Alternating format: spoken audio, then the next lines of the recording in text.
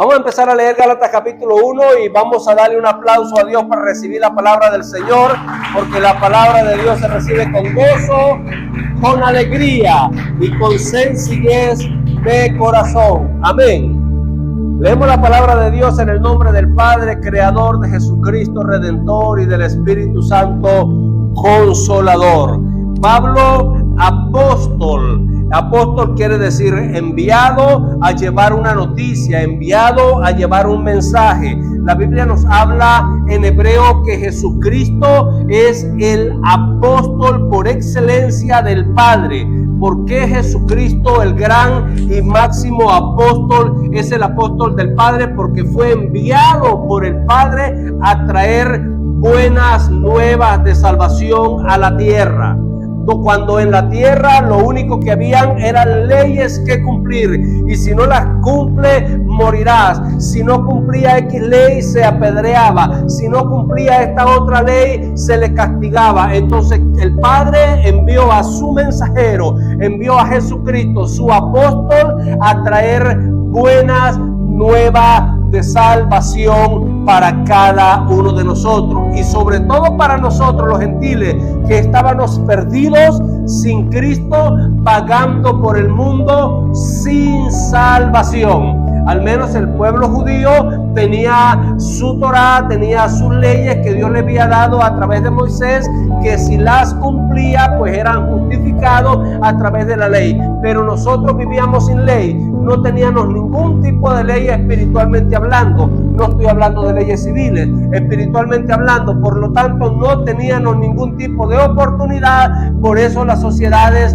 alzaban los ojos y adoraban a quienes ellos consideraban deidades. Unos adoraban al sol, otros adoraban las montañas, otros adoraban la luna, otros adoraban animales, aves, otros adoraban planetas, Saturno, Júpiter, otros adoraban el cielo, y hacían de todas estas cosas creadas por Dios sus deidades, sus dioses. Pero Dios en un momento determinado envió a su Hijo en forma humana, en forma de carne, para que muriese por cada uno de nosotros y trajese una gran buena nueva, una gran noticia buena y de salvación. Amén. Dice el apóstol Pablo apóstol, y no formado por hombres ni hecho de hombre, sino formado por Jesucristo y por Dios el Padre, que lo resucitó de los muertos. Aquí ya el versículo 1 el apóstol Pablo me comienza hablando de dos personalidades.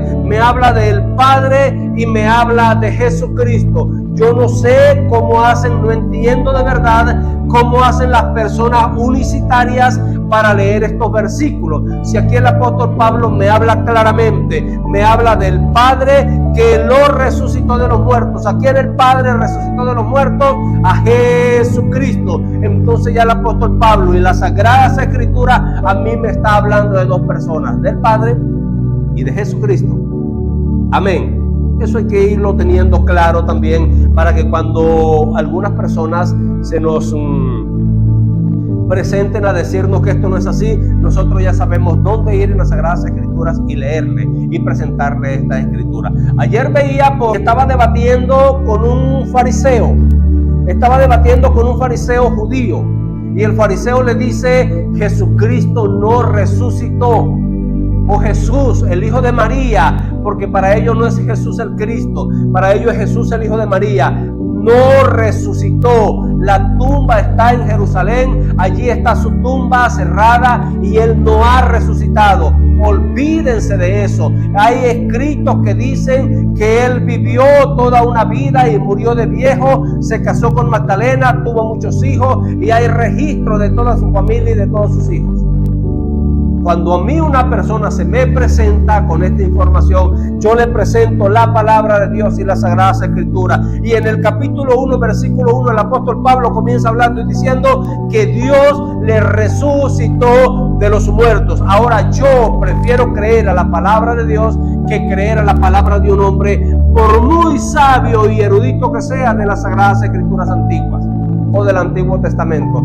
Por muy sabio y por muy erudito que sea, yo prefiero creer a las Sagradas Escrituras. Y el apóstol Pablo aquí me dice claro que Dios, el Padre, le levantó y le resucitó de los muertos. Por eso la tumba está vacía.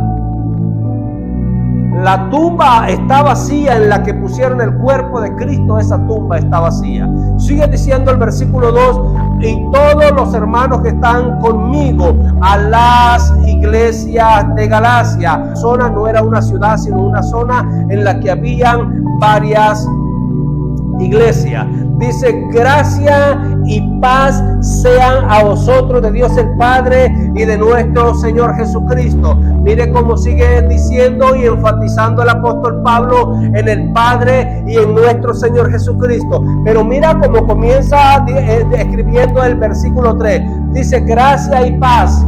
Aquí hay dos palabras: gracia y paz. Como la iglesia de Galacia estaba constituida, era una iglesia multiétnica, estaba constituida por judíos, estaba constituida por gentiles y estaba constituida por cualquier cantidad de personas de cualquier nacionalidad. Él enfoca y él toma los dos saludos que conocían estos dos tipos de personas. El judío, shalom es paz, y el gentil no conocía ese saludo. No conocía ese saludo. Por eso él lo saluda en gracia. ¿Por qué? Porque la gracia vino a nosotros y nuestra salvación es por gracia, pero también le saluda y paz, para que el judío se sintiese saludado y aludido. ¿Ok? Y el apóstol Pablo era un gran conocedor de todas estas cosas, por lo tanto no dejaba pasar ningún detallito para aludir a todas las personas que tuviesen que aludir. Por un lado, la paz viene después de la gracia, porque es la gracia que Cristo, la gracia de Cristo, que nos da la salvación, y es a través de la salvación que viene la paz a nuestras vidas. No hay paz sin gracia. La paz sin gracia es efímera. La paz que el alcohol le da a un emproblemado, la paz que la droga le da a un enluchado, la paz que cualquier cantidad de vicio le da a una persona que tiene un problema, es una paz efímera. Cuando le pasa el efecto de esta sustancia, vuelve otra vez a caer en el problema, vuelve a caer en depresión, entonces tiene que volver a buscar los antidepresivos para sentirse bien. Esa es la paz que da el mundo. Esa es una falsa paz. Por eso la paz verdadera viene de Cristo, pero viene después de la gracia. Cuando tú y yo accesamos a la gracia, la salvación y la justicia de Jesucristo entra en nosotros, por ende entra la paz. ¿Y qué dijo Jesús? La paz os dejo y mi paz os doy. Mi paz no es como la que el mundo da. La del mundo es efímera, pero la mía es una paz verdadera. A su nombre, porque la paz de Jesucristo no es circunstancial. La paz del mundo es que si tú estás bien, tienes paz. Si tú tienes dinero, tienes paz. Si van las cosas bien en tu hogar, tienes paz. Si las cosas van bien con tu hijo, con tus hijos, tienes paz. Si las cosas van bien en tu empleo, las finanzas, el sueldo, la riqueza, tienes paz. Pero si las cosas no van bien, la paz se esfuma como el humo del cigarrillo. Desaparece. La paz desaparece en el momento en que la circunstancia llega. Ahí desaparece la paz del mundo. Pero el que está en Cristo, que es nueva criatura, la paz es verdadera, porque nuestra paz la da el Espíritu Santo en nuestra vida y no es circunstancial. ¿Qué dijo el apóstol Pablo? ¿Quién podrá separarme? ¿O quién podrá separarnos del amor de Cristo, o de la paz que Cristo me da a través de su amor? ¿Quién podrá separarme? ¿Quién? Hambre no, peste no, terremotos tampoco, guerras, enfermedades tampoco. ¿Por qué? Porque la paz de Cristo no es circunstancial. La paz que el mundo da sí es circunstancial. La paz del mundo depende de la circunstancia que usted esté viviendo en el momento determinado. De eso depende la paz que el mundo te da, pero en Cristo no. Por eso el apóstol Pablo siempre usted lo va a conseguir saludando en las cartas que él escribe: con gracia y paz sea a vosotros. Amén. A vosotros, de Dios el Padre y de nuestro Señor Jesucristo, el cual se entregó a sí mismo por nuestros pecados para librarnos del presente siglo malo, conforme a la voluntad de nuestro Dios y Padre eterno, creador del cielo y de la tierra, a quien sea la gloria por los siglos de los siglos. Amén. Este es el saludo del apóstol Pablo a la iglesia de Galacia, a las iglesias de Galacia. Amén. Les deja bien en claro el Padre Creador y Jesucristo Redentor. Les deja bien en claro que que es a través de Jesucristo, el versículo 4, que somos librados de la muerte y del pecado, y librados del presente siglo malo, pero es a través de la voluntad de Dios, que tú y yo, a través de Jesucristo, somos librados del presente siglo malo. Primero, no es porque usted sea tan bueno que se lo merece, que Dios dijo, no, tengo que hacer algo para salvar a fulanito detrás, porque mira cómo se lo merece. No, es por gracia, Dice, nuestros pecados, el cual se dio a sí mismo por nuestros pecados para librarnos del presente siglo malo, conforme a la voluntad de Dios. Es la voluntad de Dios que tú y yo pasemos a formar parte del cuerpo de Cristo. Es la voluntad de Dios que tú y yo pasemos a formar parte de la congregación de los santos. Es la voluntad de Dios que tú y yo pasemos a formar parte de la familia de Dios, de los hijos de Dios redimidos. Esa es la voluntad del Padre. A su nombre. Este es el saludo del apóstol Pablo a las iglesias que están en Galacia. Sigue diciendo, versículo 6, sigue diciendo, estoy maravillado de que tan pronto ustedes se hayan alejado de aquel que los llamó por gracia, no porque se lo mereciesen, sino por gracia, por la gracia de Cristo, para seguir ¿qué? Un evangelio diferente. ¿Cuál es un evangelio diferente? Un evangelio diferente es toda aquella filosofía que no esté conforme a las Escrituras. Un evangelio diferente es todo aquello que no esté en las Escrituras. Estoy maravillado, dice el apóstol Pablo. Se me ha llamado la atención sobremanera y estoy casi que escandalizado, dice el apóstol Pablo. Estoy casi que escandalizado que tan pronto os haya alejado de aquel que os llamó por la gracia de Cristo para seguir otro evangelio diferente. Hablamos de que el evangelio diferente es toda aquella filosofía que no está enmarcada en las Sagradas Escrituras. Es toda filosofía que no está enmarcada en las Sagradas Escrituras. Por ejemplo, el evangelio de la filantropía. ¿El evangelio de la filantropía en qué consiste? En que mientras más obras de caridad usted haga, mejor rango de espiritualidad va a conseguir o mejor posición tienes en el cielo. Y cómo el pobre hace grandes obras de filantropía si siempre estamos esperando el día a día, el fluir de Dios para nosotros, la provisión de Dios para nosotros, para poder comer el día a día. Entonces eso es un evangelio diferente. Eso es un evangelio diferente, porque la Biblia me está diciendo en lo que hemos leído que es por gracia que hemos sido llamados, no por lo que tengo ni por lo que soy. No por lo que tengo ni por lo que soy, sino por gracia. ¿Por qué? Porque la intención en el corazón de Dios está plasmada en Juan 3:16. ¿Qué dice Juan 3:16? Todos lo sabemos de memoria. Este sí.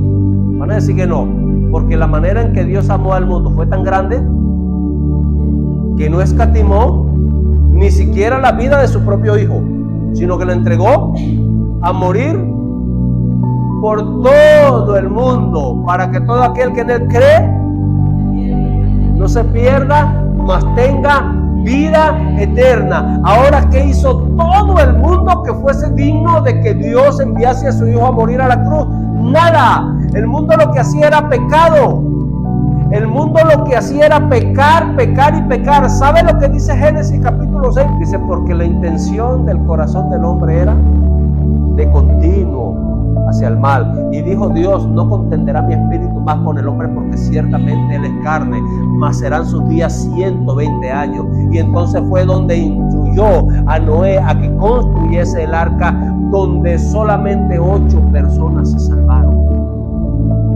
Donde solamente 8 personas se salvaron, nada más 8 personas. Noé, su esposa, sus 3 hijos y sus 3 nueras. todo designio, que la intención, que la dirección del pensamiento, del corazón del hombre era de continuo. No hacía un alto para pensar en algo bueno. No decía, bueno, voy a dedicarme esta hora a pensar algo bueno. No, la Biblia dice que era de continuo hacia el mal. Y entonces Dios determinó en su corazón desaparecer todo el mal que estaba haciendo la humanidad y por ende con él toda la humanidad. Pero le dio una oportunidad a la humanidad en la vida de Noé y posteriormente en la vida de Set, que es de donde viene Abraham, y hace de Abraham una nación grande, y de ahí para acá toda esa historia. Ya usted conoce la historia de Abraham. Abraham fue bendecido de edad como de 100 años aproximadamente. Su esposa tenía 90 y tantos de años, era estéril, no tenía hijos, pero por una palabra de Dios ella concibió un hijo que le puso por nombre. Dios le da la palabra a Abraham y la esposa estaba oyendo detrás de la puerta y la esposa se rió. Dijo, voy a concebir yo siendo ya como de 90 y tantos de años, y que nunca he podido concebir porque soy estéril. Ya la costumbre de las mujeres ya desapareció en mí hace años, dijo Sara. Ahora se rió, Isaac tuvo un hijo que se llamó, tuvo dos hijos que se llamaron Jacob y Esaú. Jacob tuvo ¿cuántos hijos? Tuvo 12 varones, a los que le conocemos como las 12 tribus de Israel. De allí el Señor le cumple la promesa y le dice, haré de ti una nación grande, y empiezan a multiplicarse y empiezan a multiplicarse. Y por esas cosas que tiene Dios, estas personas llegaron ¿a dónde? A Egipto. 80 personas. Y de allí salieron ¿cuántos? Después de 400 años salieron ¿cuántos? Aproximadamente unos 5 millones de personas. ¿Qué ha hecho el hombre? Si la intención del corazón del hombre, mire familia, si seguimos estudiando lo que es la historia del hombre desde allá para acá, desde Noé para acá, podemos seguir viendo que la intención del hombre sigue siendo de continuo hacia el mal. Ni siquiera vamos a estudiar este tiempo en el que estamos, que se han levantado comunidades que le han puesto todo el abecedario, las letras del abecedario para nombrarlas, y wow, esto es tremendo, esto es tremendo. La sociedad de este tiempo está más corrompida aún que la sociedad de todos los tiempos. Eso quiere decir que está a punto de suceder algo en el mundo espiritual. Está a punto de suceder algo, porque dice la Biblia que donde abunda el pecado, y no ha habido un tiempo donde haya abundado tanto el pecado como en este tiempo, que ya todo es normal. ¿Sí? Anteriormente la gente hacía un mal y decía, ay Señor, perdóneme, yo sé que estoy haciendo mal. Hoy no, hoy ya hasta el nombre de Dios ha desaparecido, las Biblias desaparecen de las escuelas, hoy ya todo el temor de Dios está desapareciendo de la vida, de la sociedad. Eso, no conocen las ciudades grandes, las ciudades muy habitadas. Usted le hace, se para en la calle, hacer una entrevista a personas jóvenes de 30 años hacia abajo, y la gente no conoce el nombre de Dios, no conoce el nombre de Jesucristo, mucho menos si hay unos 10 mandamientos morales por allí que hay que tomar en cuenta. No conocen nada. Son personas que han sido educados a través de las redes y se les ha dado la libertad de educarse a través de las redes, y han sido educados en lo que ellos han querido educarse. La maldad de la sociedad está subiendo ante la presencia de Dios, y se está llegando un momento, se está llegando un clímax donde Dios va a tener que hacer algo. Y el próximo paso que Dios va a hacer es el arrebatamiento de la iglesia. Ese es el próximo paso. ¿Sí? Para después de este arrebatamiento de la iglesia venir a hacer algunas cosas acá en la tierra, pero sus hijos estaremos con el Señor en el cielo, en las bodas del Cordero, a su nombre. Dice el apóstol Pablo, versículo 6, estoy maravillado de que tan pronto os hayáis alejado del que os llamó por la gracia de Cristo para seguir un evangelio diferente. Y él dice, y no que haya otros, sino que hay algunos que os perturban. Hay algunas personas que os perturban y quieren pervertir.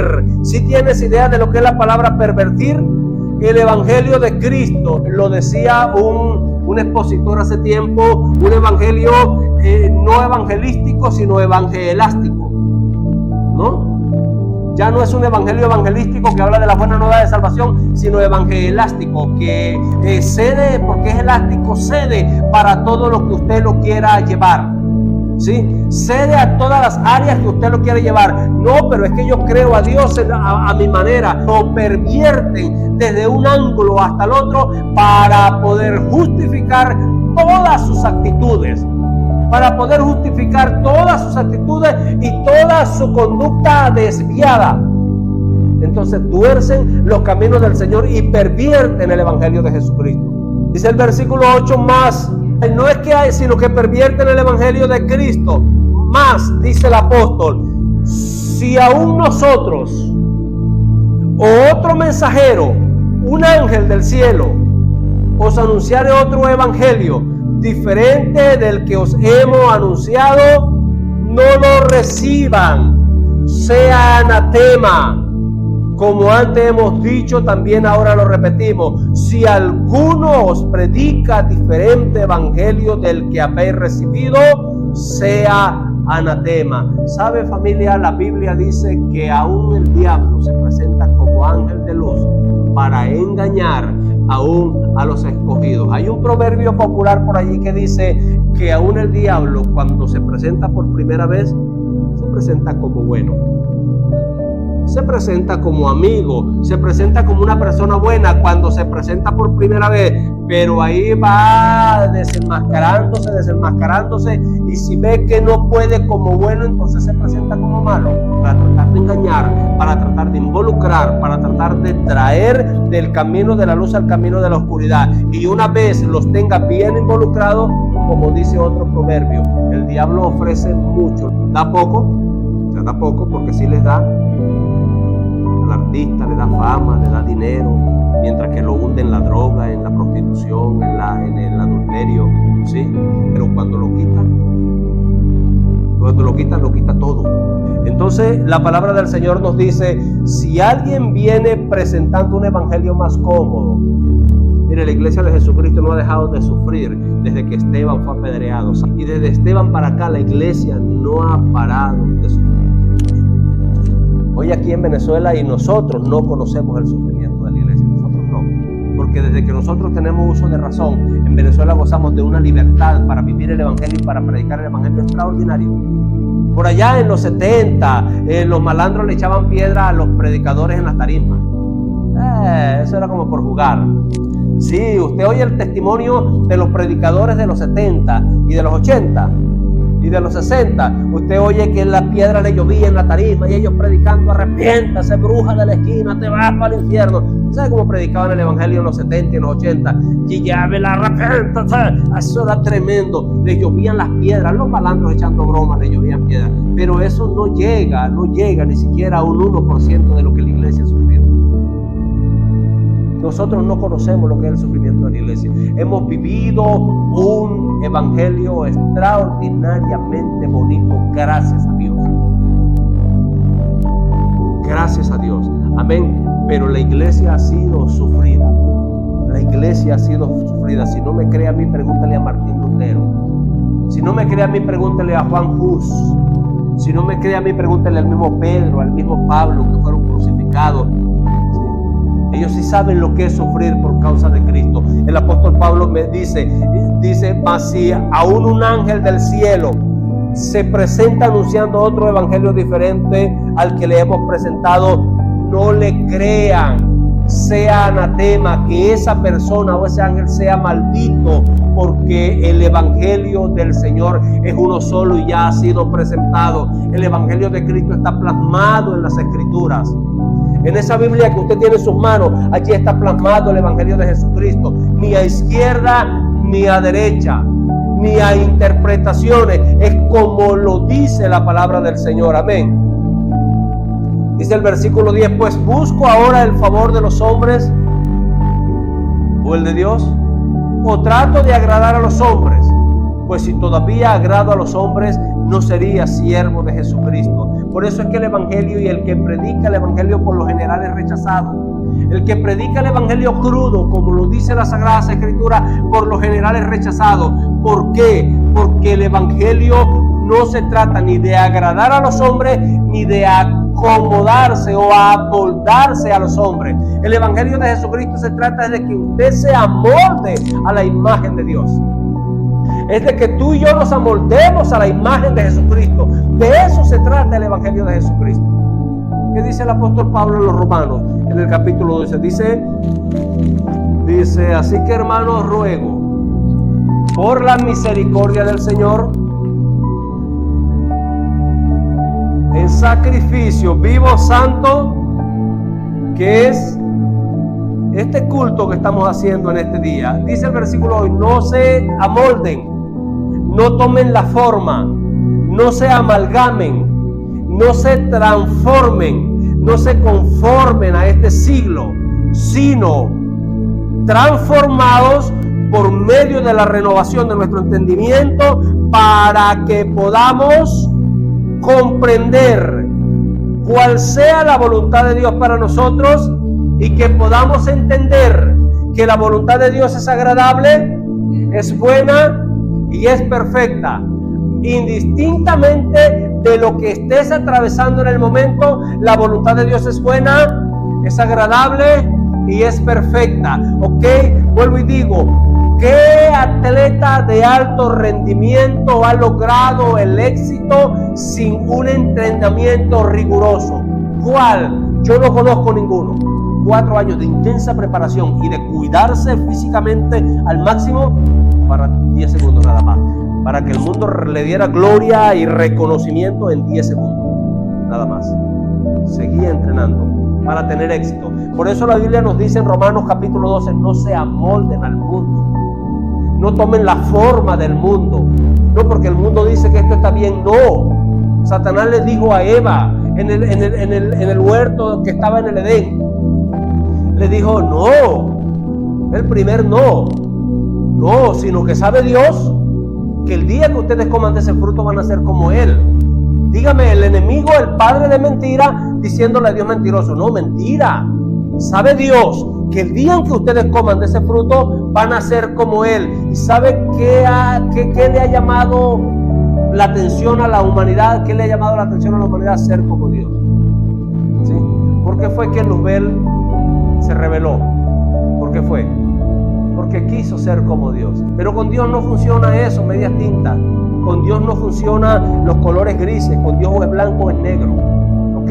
Se rebeló. ¿Por qué se rebeló? Producto de su hermosura, producto de su éxito, producto de que todo el mundo lo admiraba, producto de que X, Y, Z. Él dijo, no, ¿para qué necesito a Dios?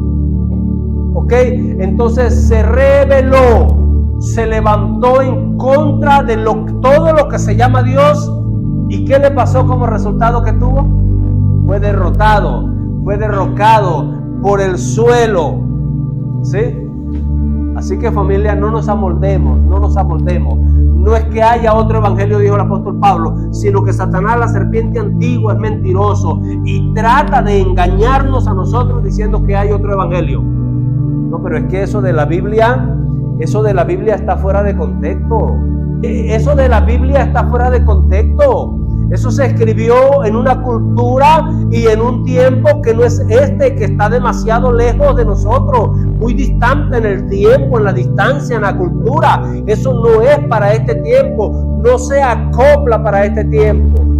La Biblia no es el opio de la sociedad. En la religión puede que sí sea el opio de la sociedad, pero el Espíritu Santo nos trae vida y nos trae paz. El Espíritu Santo es la verdadera vida en la vida de cada hombre y mujer que le da espacio en su corazón para que el Espíritu Santo pueda entrar a gobernar. ¿Ok? Estos son evangelios diferentes. Son evangelios diferentes que el Señor a través del apóstol Pablo nos dice, no lo reciban.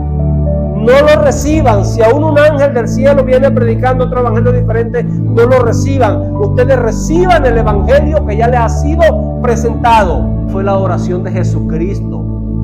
Cuando venga el Espíritu de verdad, Él nos guiará a toda verdad. Por eso es mi énfasis, familia.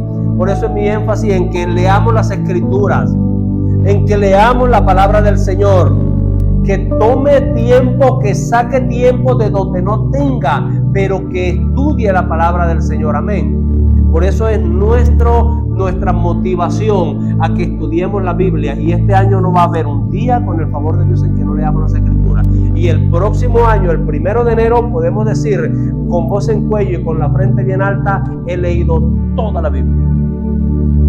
Toda. Vamos en el versículo 10.